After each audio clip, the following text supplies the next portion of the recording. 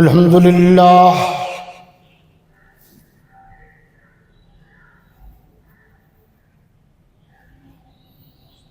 الحمد لله وحده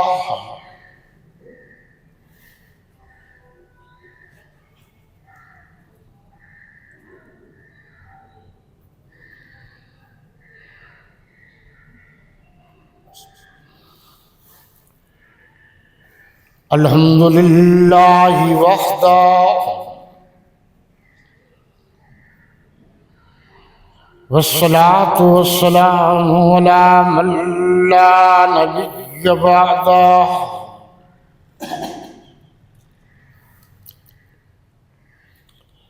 لا نبي بعده ولا نبوة بعده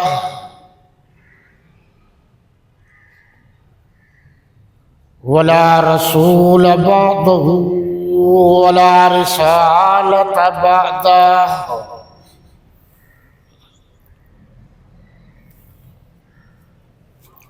ولا إمام بعده ولا معصوم بعده ولا أمة بعد أمتي ولا شريعة بعد شريعتي ولا كتاب بعد كتاب الله إلى يوم القيامة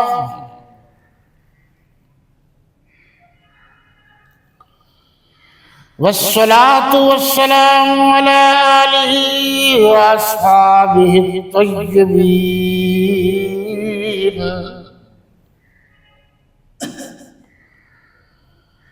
طيبين الطاهرين الراشدين المهديين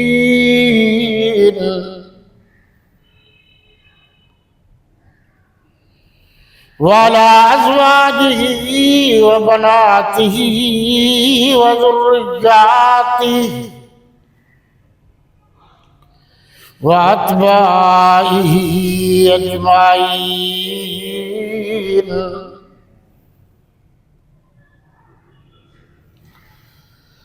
أما بعد فأعوذ بالله من الشيطان الرجيم بسم الله الرحمن الرحيم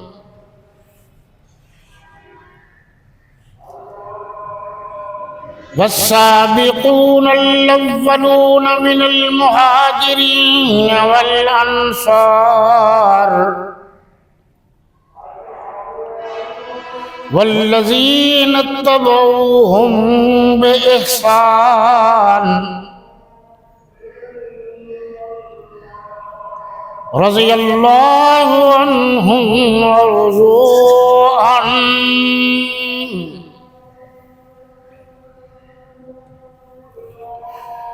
وأعد لهم جنات تجري تحتها الأنهار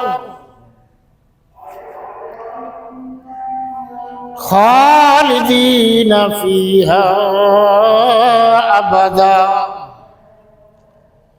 ذلك الفوز العظيم.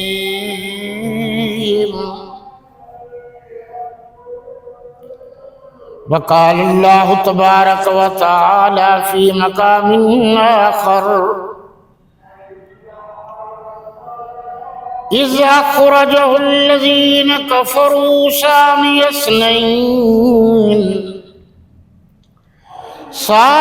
اثنين إذ هما في الغار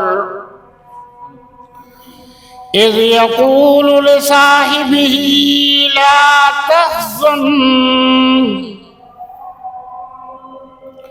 لا تحزن إن الله معنا.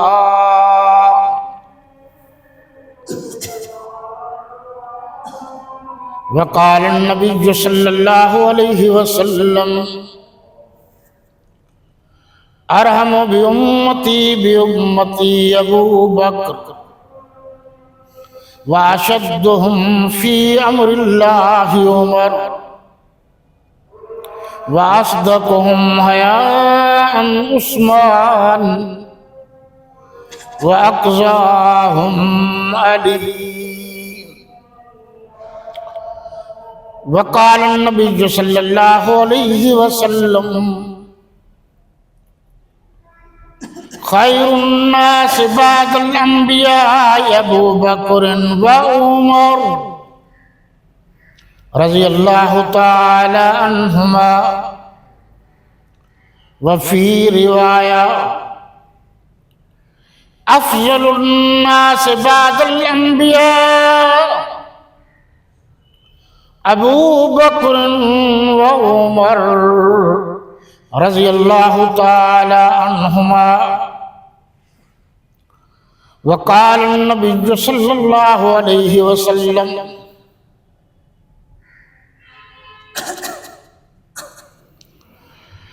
الحسن والحسین سیدا شباب اہل الجنہ. وفی روایہ ابو بکر والعمر سیدا کہول اہل الجنہ. صدق اللہ مولانا العظیم وصدق رسوله النبي الكريم. نحن على ذلك لمن الشاهدين والشاكرين والحمد لله رب العالمين.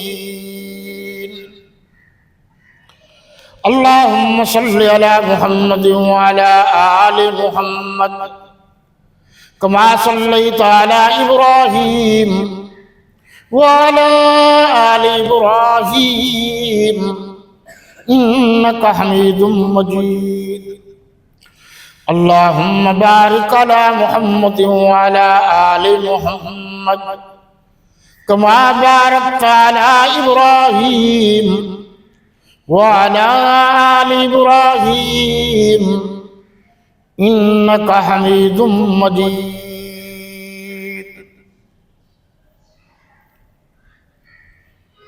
محمد از تمی خواہم خدا را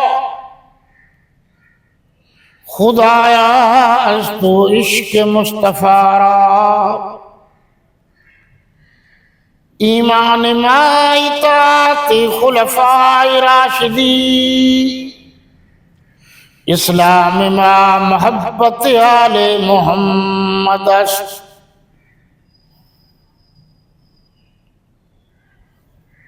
شرفاء ملت اسلامیہ رفقاء اہل سنت والجماعت گرامی قدر سامعین و حاضرین و ناظرین، میرے وطن عزیز کے عزیز ترین دوستوں، ساتھیوں اور بھائیوں،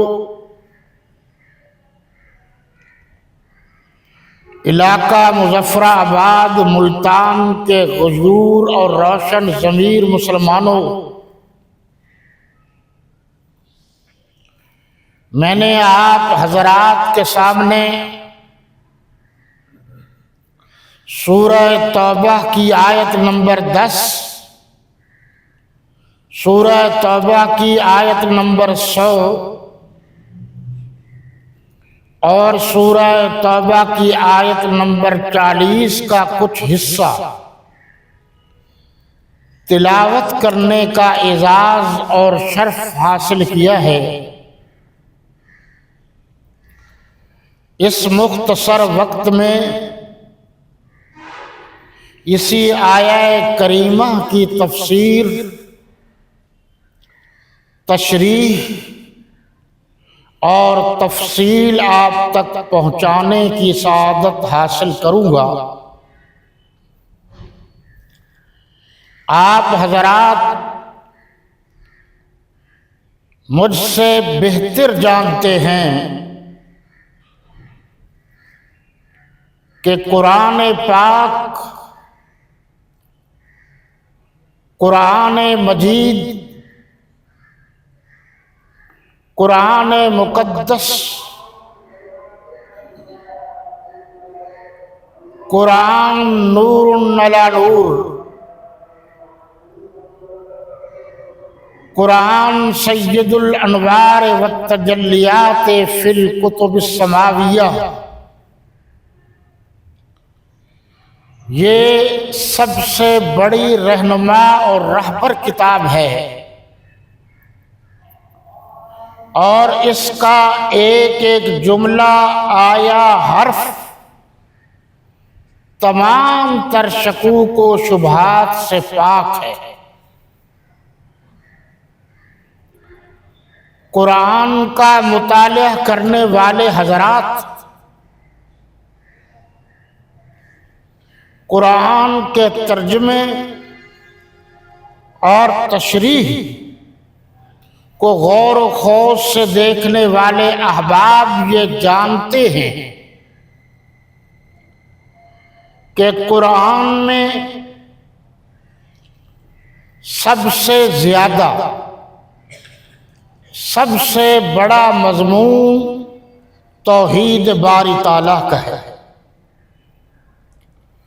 اس کے بعد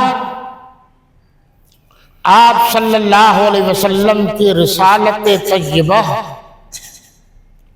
آپ کی نبوت، آپ کی امامت، آپ کی ختم نبوت کا ذکر موجود ہے۔ اس کے بعد قیامت اور خاص کر ان حضرات کا ذکر موجود ہے جنہوں نے قرآن سارے کا سارا اللہ اور اس کے رسول صلی اللہ علیہ وسلم کے حکم سے لکھا ہے۔ کاتبین قرآن، حضرات صحابہ کرام رضوان اللہ تعالی علیہم اجمعین کا ذکر ہے۔ اور آپ جانتے ہیں کہ رسالت پناہ، رسالت مآب صلی اللہ علیہ وسلم کے بعد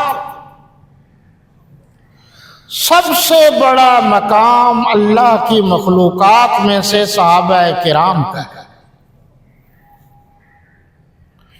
یہ اللہ کے نبی صلی اللہ علیہ وسلم کے سب سے زیادہ قریب تھے،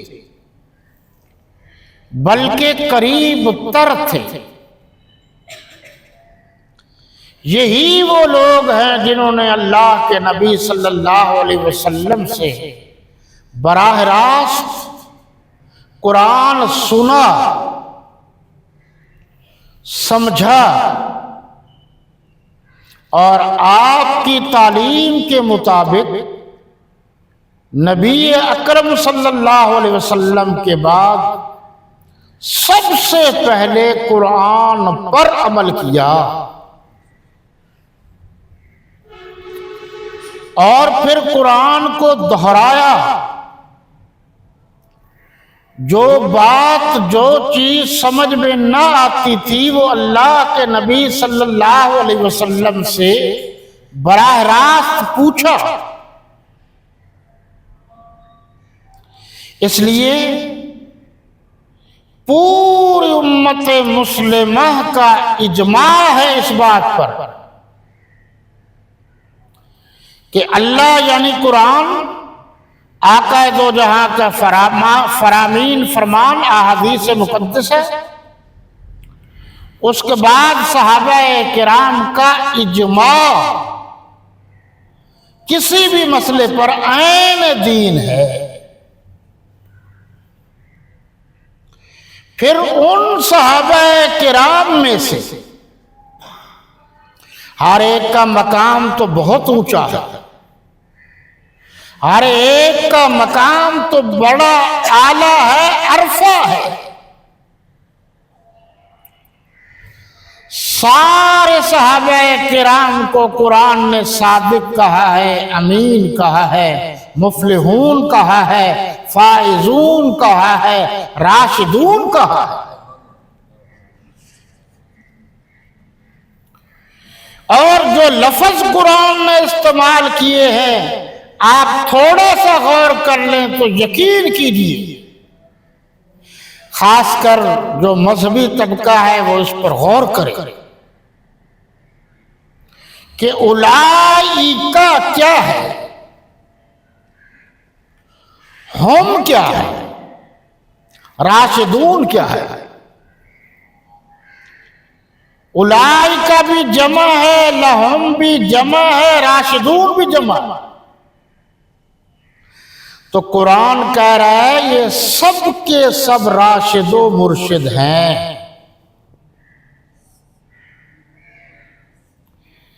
اولئک هم الفائزون، سب کے سب کامیاب ہیں۔ قرآن پر آپ جتنا زیادہ غور کرتے جائیں گے تو اللہ رسول کے بعد آپ کے دل میں صحابہ کرام کی محبت بڑھتی جائے۔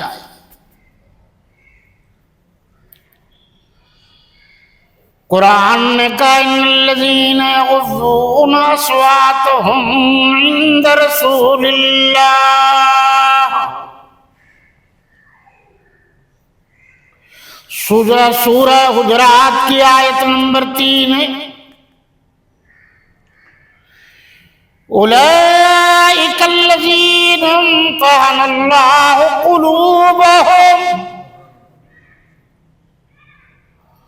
قلوبهم للتقوى لهم مغفرة وأجر عظیم۔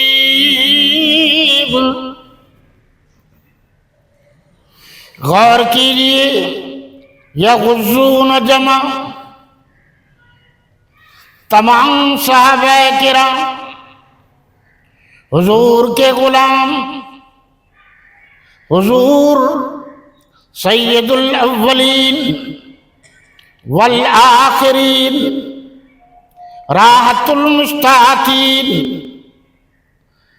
شفیع المذنبین، رحمت للعالمین، حضور خاتم النبیین والمرسلین والمعصومین علیہ الصلاۃ والتسلیم کے نوکر و چاکر، حضور کی رسالت کی گواہی دینے والے، آپ کے چہرہ اقدس کو دیکھنے والے، آپ سے براہ راست ملاقات کے علاوہ بات چیت کرنے والے، آقا مولا مرشد کی خوشی اور غمی میں شریک ہونے والے، ان میں سے کوئی ایک بھی صحابی رسول نہیں ہے جس نے کبھی اللہ کے نبی صلی اللہ علیہ وسلم کے سامنے اونچی آواز سے بات کی ہو۔ جب یہ آیہ مبارکہ اتری، ایک صحابی رسول کی آواز اتفاق سے بلند تھی، اتفاق سے اونچی تھی، وہ چلے گئے، کہا کہ یار میری تو اتفاق سے آواز اونچی ہے، کہیں میں بولوں تو میرا شمار بے ادبوں میں شامل نہ ہو جائے۔ قرآن نے کہا ان الذین یغضون اصواتهم عند رسول اللہ،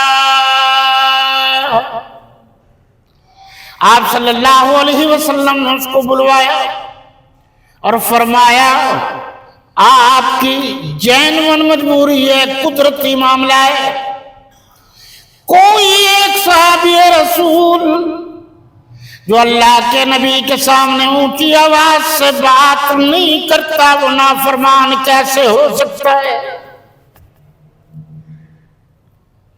یغضون، ترجمے پر غور کریں، وہ پست آواز میں، آہستہ آواز میں بات کرتا اللہ کے نبی کے ساتھ۔ اور پھر قرآن نے یہ بھی بتا دیا کہ یہ شاگردان نبوت، گواہان و صادقان نبوت، غلامان نبوت، جنہوں نے اپنا تن من دھن بچے سب کچھ اللہ کے نبی کے قدموں پر وار دیا۔ قرآن نے کہا، اللہ نے فرمایا میں نے ان کے دلوں کا امتحان لیا، ایک کا نہیں، دو کا نہیں۔ قرآن نے کہا اولئک الذین امتحن اللہ قلوبہم، ہم نے ان سب کے دلوں کا امتحان لیا۔ میں کہتا ہوں قرآن پر غور کرو، تمام پرانی بیماریاں ختم ہو جائیں۔ قرآن شفا ہے نا، شفاء للناس ہے، بیماری ظاہری ہو یا باطنی۔ قرآن پڑھنے اور سمجھنے والا اس کو موقع بموقع پڑھے تو تمام تکلیفیں، مصیبتیں اور بیماریاں دور ہو جاتی۔ اب ذرا غور کیجئے قرآن نے کس انداز میں بات کی۔ پہلے بھی جمع کہ کوئی اونچی آواز سے بات نہیں کرتا، پھر اللہ نے فرمایا میں نے ان سب کا امتحان لیا۔ کس چیز کا لیا؟ قلوب جمع، ہم پھر جمع،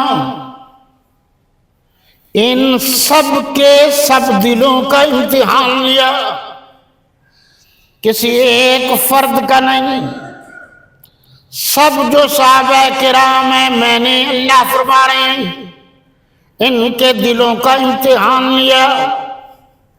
امتحان بھی میں نے تقویٰ کے اعتبار سے لیے۔ اور پھر کیا نمبر کیا ہے؟ قرآن نے کہا لَهُم مَغْفِرَةٌ وَأَجْرٌ عَظِيمٌ۔ اللہ فرما رہے ہیں میں نے امتحان لینے کے بعد یہ رزلٹ آؤٹ کر دیا، ان سب کے لیے مغفرت ہے اور اجر عظیم ہے۔ آپ ذرا تھوڑا توجہ کریں، لَهُم، لام مانا کے لیے، ہم سب، اور ایک جگہ لام کے معنی کو کے بھی آتے ہیں، ان سب کے لیے مغفرت ہے، اللہ نے سب کو بخش دیا۔ جب اللہ فرما رہے ہیں کہ میں نے ان سب کو بخش دیا تو پھر بحث کرنے کی کس کو اجازت ہے؟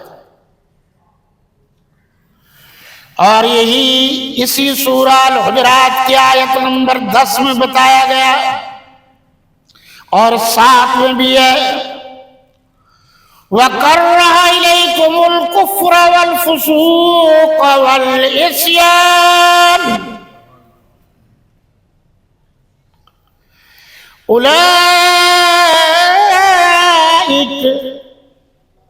أولئك هم الراشدون۔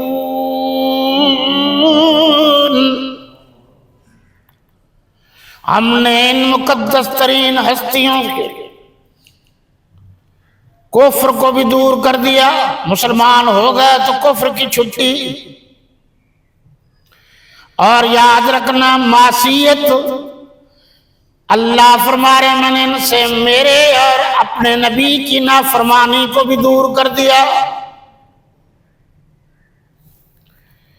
چھوٹی موٹی جو کمزوری ہوتی ہے میں نے اس کو بھی دور کر دیا۔ اور ان ساری باتوں کے بعد پھر قرآن نے کہا اولئک ہم الراشدون، یہ سب کے سب وہ ہیں جو راشد بھی ہیں، مرشد بھی ہیں، پیر بھی ہیں۔ اولئک جمع، ہم جمع، راشدون جمع۔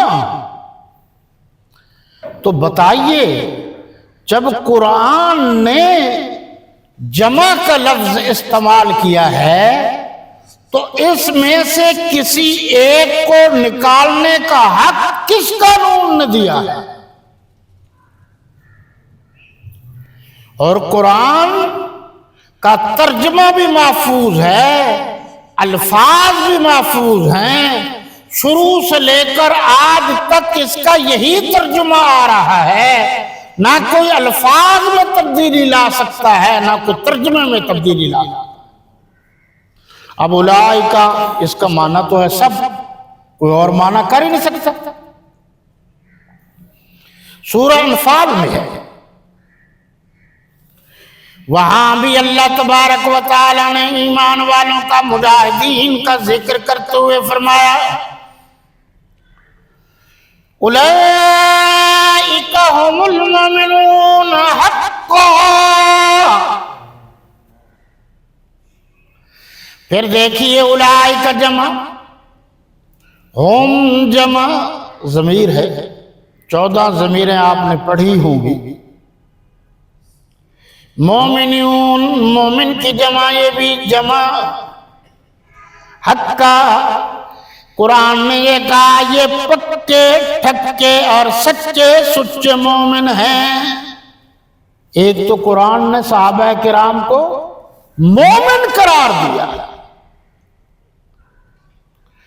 اور دوسری جگہ بھی ہے لَقَدْ رَضِيَ اللَّهُ عَنِ الْمُؤْمِنِينَ، سورہ فتح۔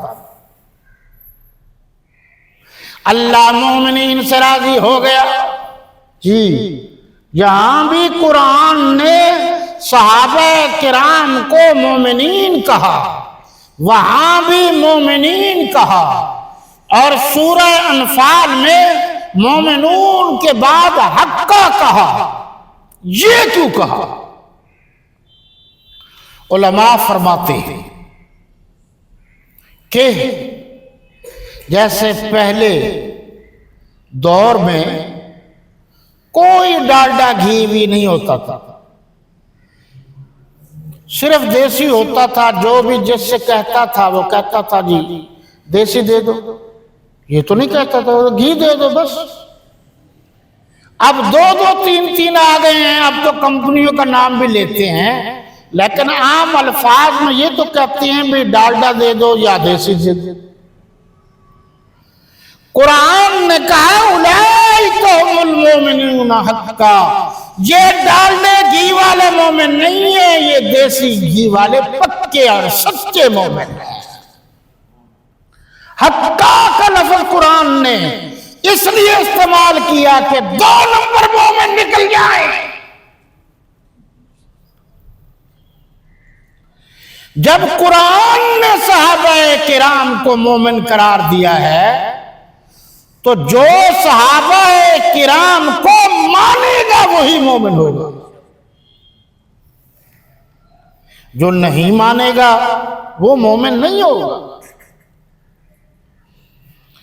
اب دیکھیے نا قرآن میں تو جا بجائے صحابہ کرام مریدان نبوت تھے۔ اب یہ آیت نمبر 100 میں کا پارہ نمبر 11 سورہ التوبہ آیت نمبر 100 پوری، وہاں یہ کہا والسابقون الاولون من المهاجرين والانصار والذين اتبعوهم بإحسان رضی اللہ عنہم ورضوا عنہ۔ قرآن کا عروج دیکھو، شباب دیکھو۔ وَأَعَدَّ لَهُمْ جنات تجری تحتها الانہار خالدین فیہا ابدا ذالک الفوز العظیم۔ مجھ سے کہا گیا کہ آپ قرآن کی ہر آیت سے عظمت صحابہ کیسے ثابت کرتے ہیں؟ تو آپ تھوڑا سا غور کریں۔ ایسے ثابت کرتا ہوں کہ قرآن سارے کا سارا لکھا ہی صحابہ کرام نے۔ ایک آیت بتاؤ جو غیر صحابی نے لکھی ہو، ایک آیت۔ سارا قرآن جب صحابہ کرام نے لکھا ہے تو اللہ رسول کی تعلیمات پر عمل کرنے والے سب سے پہلے صحابہ کرام ہیں، اس لیے صحابہ کرام کا ذکر ہر جگہ ہے۔ سورہ انفال میں آیت نمبر 64، یا ایھا النبی حسبک اللہ ومن اتبعک من المؤمنین۔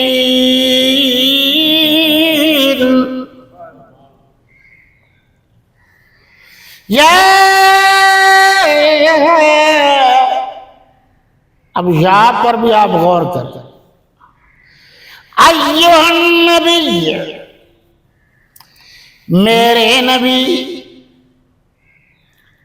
اللہ فرما رہے ہیں میرے نبی، اللہ فرما رہے ہیں میں نے آپ کے سر پر نبوت کا امامت کا تاج سجایا ہے، میرے نبی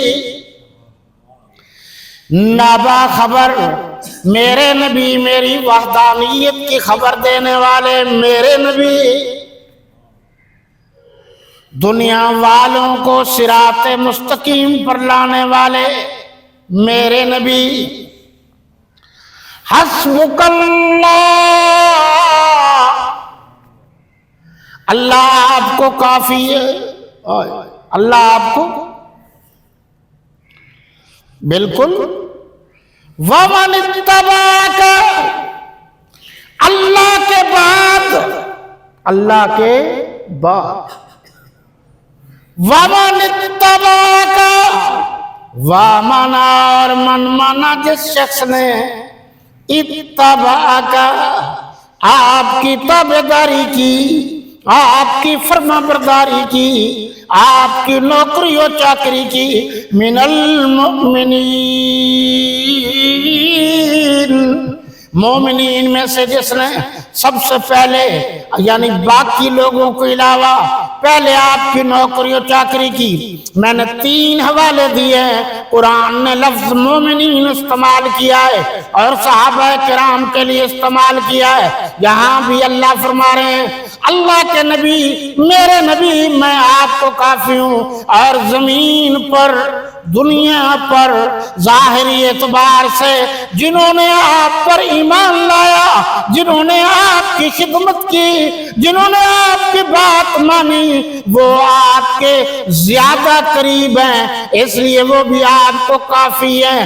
گویا اللہ نے فرمایا میرے بعد صحابہ کرام وہ جماعت ہے جس کا انتخاب میں نے کیا ہے، یہ جماعت رسول ہے، اور میرے نبی کا کوئی کام اللہ کی مرضی کے بغیر نہیں ہوتا، صحابہ کا چناؤ کرنے والا اللہ ہے۔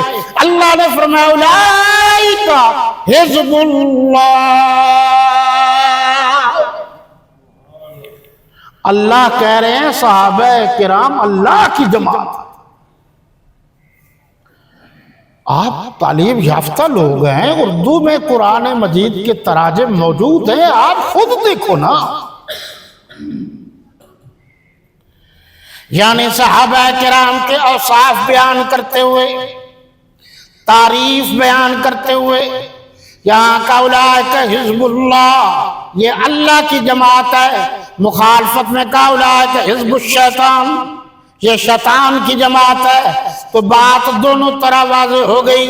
صحابہ کرام کو کہا اللہ کے قرآن نے یہ اللہ کی جماعت ہے، اور جو صحابہ کے دشمن ہیں اس کو قرآن نے شیطان کی جماعت قرار دیا ہے۔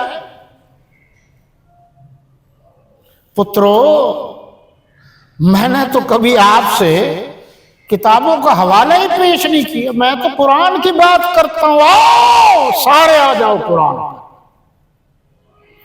جو فیصلہ قرآن کر دے اس کو سب مان لو۔ آگے بھی لفظ قرآن نے کیا خوب کہا، اولئک، یہ سارے کے سارے، حزب اللہ، اللہ کی جماعت ہے۔ الا ان حزب اللہ ہم المفلحون، پکی بات ہے، خبردار اللہ کی جماعت ہی کامیاب ہے۔ اب آپ بتائیے کہ میں قرآن چھوڑ دوں تو میں مسلمان کیسے رہ سکتا؟ مسلمان قرآن نہیں چھوڑ سکتا، قرآن میں تو سب کچھ ہے۔ میرے نبی کی محبت بھی تو قرآن سے ہے، اللہ کی وحدانیت بھی تو قرآن سے ہے، اولیاء اللہ کا ذکر بھی تو قرآن میں ہے، اہل بیت کا ذکر خیر بھی تو قرآن میں ہے، اور اٹھنے بیٹھنا یعنی معاشرے کا رہن سہن بھی قرآن میں ہے، معیشت کا نظام بھی تو قرآن میں ہے، ہدایت کا معاملہ بھی تو قرآن میں ہے، ہوا و فضا اور خلا مسخر کیسے ہوتے ہیں اور یہ مسخر کر دیا اللہ نے، اس کا ذکر بھی قرآن میں ہے، سائنس کا ذکر بھی قرآن میں ہے، ٹیکنالوجی کا ذکر بھی قرآن میں ہے، زمین ارضیات کا ذکر بھی قرآن میں ہے، حتیٰ کہ زمین کے نیچے جو معاملات ہیں اس کا ذکر بھی قرآن میں ہے، اور پھر زمین کے اندر جو معدنیات ہیں اس کا ذکر بھی قرآن میں ہے، پہاڑوں کا ذکر بھی قرآن میں ہے، السماوات کا ذکر بھی قرآن میں ہے، عروج کا ذکر بھی قرآن میں ہے، زوال کا ذکر بھی قرآن میں ہے، سچائی کا ذکر بھی قرآن میں ہے۔ تو صحابہ کرام کی عظمت کا ذکر بھی تو قرآن میں ہے۔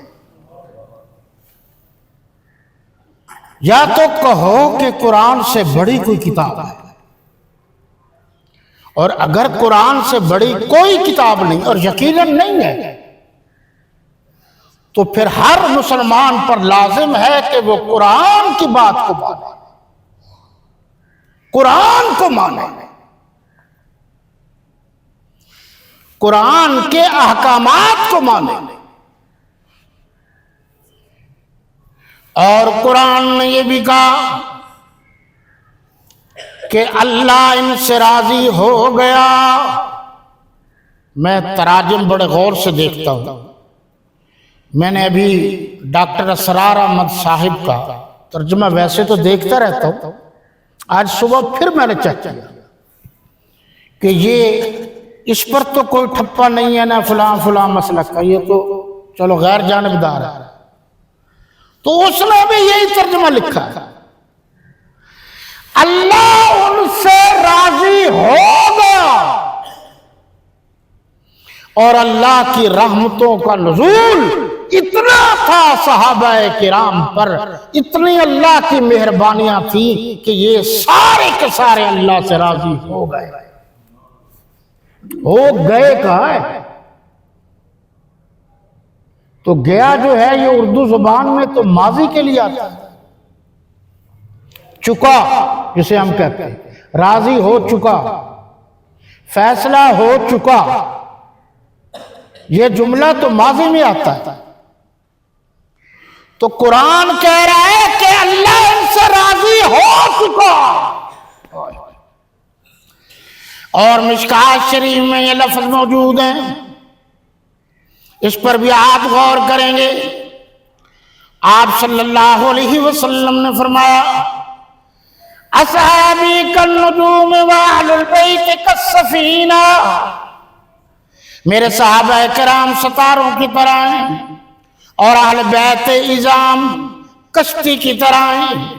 اس دور میں جو سفر ہوتا تھا اور خصوصاً رات کو، تو رہنمائی کے لیے، راستے کی رہنمائی کے لیے لوگ ستاروں سے مدد لیتے تھے۔ آج بھی دیہاتوں میں ہے، فلاں قطب ستارہ نظر آ رہا ہے، یہ ٹائم ہو گیا۔ اور اللہ کے قرآن نے کہا کہ اللہ کے نبی صلی اللہ علیہ وسلم نے فرمایا کہ صحابہ ستاروں کی طرح ہیں اور اہل بیت اعظام کشتی کی طرح ہیں۔ اگر آپ نے دریا عبور کرنا ہے تو یاد رکھنا ستاروں کی ضرورت ہے۔ قرآن نے کہا بالنجم ہم یہتدون، ستارے ہدایت کا ذریعہ ہیں، رہنمائی کرتے ہیں، راستہ دکھاتے ہیں۔ ہدایت معنی بھی یہی ہے، تو راستہ دکھاتے ہیں۔ رات کو باہر جانا ہو، یعنی منزل تک پہنچنا ہو، گھر جانا ہو، دریا عبور کرنا ہو، تو پھر ستارے کی ضرورت ہے، یعنی کہ پتہ چلتا جائے گا یار یہ ستارہ اس طرف ہے، یہ وقت ہے، یہ راستہ اس طرف جا رہا ہے۔ اور کشتی کی بھی ضرورت ہے، کشتی پر بیٹھیں گے تب منزل تک پہنچیں گے، بغیر کشتی کے کیسے؟ کشتی وہ ہے جس میں انسان محفوظ رہتا ہے۔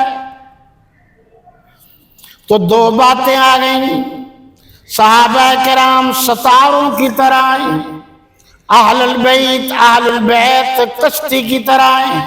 میرے نبی کا ہر فرمان سچا ہے، یعنی دونوں ہوں گے، ستارے نہ ہوں اندھیرا ہو جائے گا، پتہ نہیں چلے گا کہ کشتی کس طرف جا رہی ہے، اور اگر کشتی نہ ہو تو پھر بھی نہیں پتہ چلے گا کہ ہم تو ڈوب رہے ہیں یا صحیح جا رہے ہیں۔ دونوں چیزوں کا ضروری ہونا ضروری ہے۔ تو اللہ کے نبی کے فرمان کی روشنی میں صحابہ کرام ستاروں کی طرح ہیں، اہل بیت کشتی کی طرح ہیں۔ ستاروں کو یعنی صحابہ کرام کو ماننا بھی ضروری ہے، کشتی کو ماننا بھی ضروری ہے، اور اس پر سوار ہونا بھی ضروری ہے۔ ان دونوں میں سے کسی کو چھوڑ دو گے تو منزل تک نہیں پہنچ سکتے۔ کوئی بات بھی سمجھ آ رہی ہے؟ میں تو سمجھا کے کہتا ہوں۔ قرآن کے فیصلوں کو مسلمانوں نہیں مانو گے تو پھر کس کو مانو؟ وہ کون سی چیز ہے کہ پھر مسلمان اس کو مانے؟ اس کے بعد حضور کا فرمان ہے، اس کو نہیں مانو گے تو پھر کس کو مانو گے؟ آپ دیکھیے علماء نے تو بڑی بڑی باتیں لکھی، آج تک کوئی ستارہ زمین پر نہیں آیا، ستارے بڑے ہیں یا چھوٹے ہیں، سب آسمان پر ہیں۔ آپ نے فرمایا میرے صحابہ ستاروں کی طرح ہیں، چھوٹے ہیں بڑے ہیں آسمان پر ہیں، ستارے ہیں، ستارہ آسمان پر ہی رہتا ہے، زمین پر نہیں رہتا۔ ساری کائنات کے لوگ مل جائیں ستاروں تک نہیں پہنچ سکتے، غیر صحابہ سارے مل جائیں صحابہ کی جوتیوں تک نہیں پہنچ سکتے۔ سمجھنے کی کوشش کرو، یہ ہمارا عقیدہ ہے، یہ ہمارا نظریہ ہے، اور جب تک مسلمان صحابہ کرام کی غلامی کو اپنے لیے حرز جاں نہیں بنائے گا اس وقت تک کامیابیاں مشکل ہیں۔ وقت اجازت نہیں دے رہا، مختصر سی بات اور سن لیجئے، انشاءاللہ فائدہ ہوگا۔ قرآن نے سورۃ البقرہ کی آیت نمبر 137 یہ سارے حوالے میں آپ کو اس لیے بتا رہا ہوں کہ آپ نوٹ کریں، گھر جا کے چیک کریں۔ پہلے پارے کے آخر میں ایمان کا معیار بتایا کہ جو یہود و نصارہ ایمان لائے گا اللہ رسول پر، کیسے لائے گا؟ فرمایا فَإِنْ آمَنُوا بِمِثْلِ مَا آمَنْتُمْ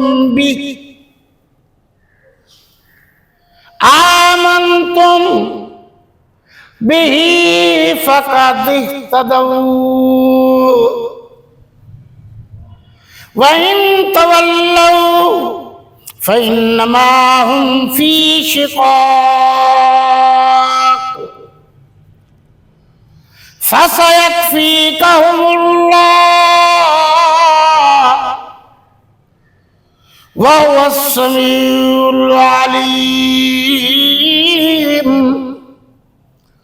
واہ صحابہ، آپ کی عظمت کو سلام، واہ صحابہ، آپ کی رفتوں کو سلام، واہ صحابہ، آپ کی بلندیوں کو سلام، واہ صحابہ، آپ کے درجات کی بلندیوں کو سلام، واہ صحابہ، آپ کے مقامات کو سلام، واہ صحابہ۔ قرآن نے بتایا ہے کہ اگر کوئی ایمان لائے گا تو ایمان کا معیار یہ ہوگا آمنتم۔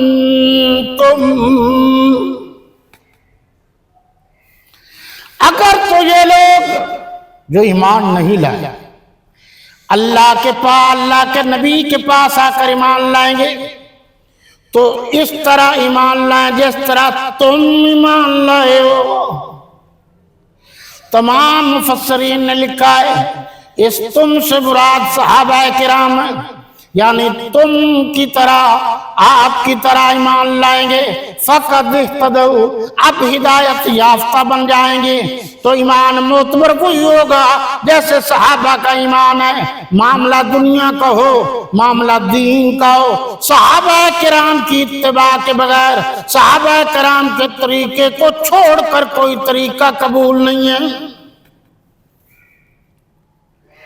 یا اللہ اگر نہ مانے تو اپنی مرضی سے ایمان لائے، فَإِنَّمَا هُمْ فِي شِقَاقٍ، اگر کوئی ضد کرتا ہے، اگر کوئی ہٹ دھرمی کرتا ہے اور کہتا ہے نہیں نہیں نہیں جی میں اپنی مرضی کا ایمان لاؤں، اللہ نے فرمایا میرے نبی آپ ان کو چھوڑ دیجئے، فَسَيَكْفِيكَهُمُ اللَّهُ، ان سب کو جو آپ کے اور آپ کے صحابہ کی مخالفت کر رہے ہیں اللہ کافی ہے۔ کرو ترجمہ، میں تو بارہا آپ سے بھی کہہ چکا ہوں، میرے سامنے بیٹھو، جس کو شک ہے وہ ترجمہ دکھائے، اور جو مرضی ترجمہ، یہ بھی نہیں کہہ رہا فلاں کا ترجمہ۔ اللہ کافی ہے۔ اللہ آگے فرمایا اللہ نے وہی سننے والا ہے، وہی جاننے والا ہے۔ تو پتہ چلا قرآن کی مختلف آیات سے ایمان وہی معتبر ہوگا جو صحابہ کرام کی طرح لائے گا، جو صحابہ کرام کو معیار ایمان مانے گا، جو صحابہ کرام کو ترازو مانے گا ایمان کا، تراوڑا مانے گا ایمان کا، تب ایمان معتبر ہوگا۔ اللہ صحابہ کرام سے راضی ہے اور وہ بھی اللہ کی رضا پر راضی ہیں، اور یہ بھی فرمایا اللہ نے امتحان لے لیا دلوں کا، اور خوب کہا ہے غالباً الطاف حسن حالی نے، ہیں کرنے ایک ہی مشعل کی ابو بکر و عمر و عثمان و علی، ہم مشرب ہیں یاران نبی، کچھ فرق نہیں ان چاروں میں۔ اس لیے سب کا احترام ہم پر لازم ہے۔ انشاءاللہ اللہ نے زندگی دی تو جہاں سے آج چھوڑا ہے آئندہ جب حاضری ہوگی تو یہیں سے آگے چلیں گے۔ اللہ آپ کا میرا اور تمام مسلمانوں کا حامی و ناصر ہو۔ حیات باقی، ملاقات باقی، وما علینا الا البلاغ۔ سنت ادا کر لیجیے بھائی.